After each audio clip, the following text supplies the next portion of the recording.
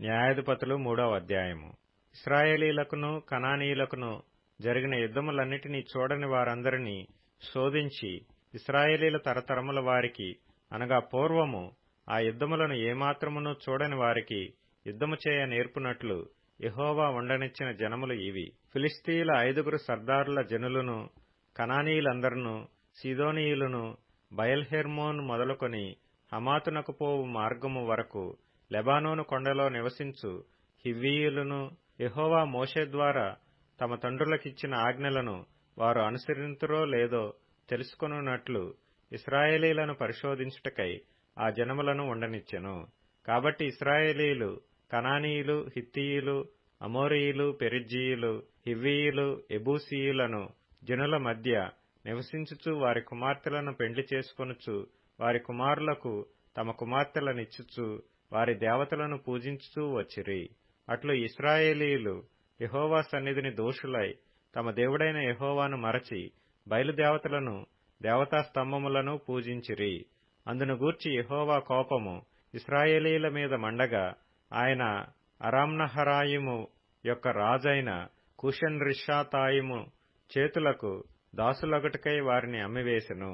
ఇశ్రాయేలీయులు 8 సంవత్సరములు కూషన్రిషాతాయిమునకు దాసులుగా నుండిరి.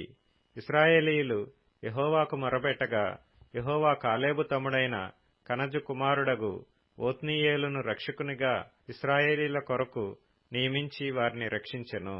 యెహోవా ఆత్మ అతని మీదికి వచ్చిన గనుక అతడు ఇశ్రాయేలీయులకు న్యాయాధిపతి అయి యుద్ధమునకు బయలుదేరగా యెహోవా అరామ్నహరాయిము రాజైన కూషన్రిషాతాయిమును అతని చేతికి అప్పగించెను. అతడు కూషన్రిషాతాయిమును జయించెను. అప్పుడు 40 సంవత్సరములు దేశము నెమ్మది పొందెను. అటు తర్వాత కనజు కుమారుడైన ఓత్నీయేలు మృతి నొందెను. ఇశ్రాయేలీయులు మరలా యెహోవా దృష్టికి దోషులైరి గనుక వారు యెహోవా దృష్టికి దోషులైనందున యెహోవా ఇశ్రాయేలీయులతో యుద్ధము చేయుటకు మోయాబు రాజైన ఎగ్లోనును బలపర్చెను. అతడు అమ్మోనీయులను అమాలేకీయులను సమకూర్చుకొని పోయి ఇశ్రాయేలీయులను ఓడగొట్టి ఖర్జూర చెట్ల పట్టణమును స్వాధీనపరుచుకొనెను.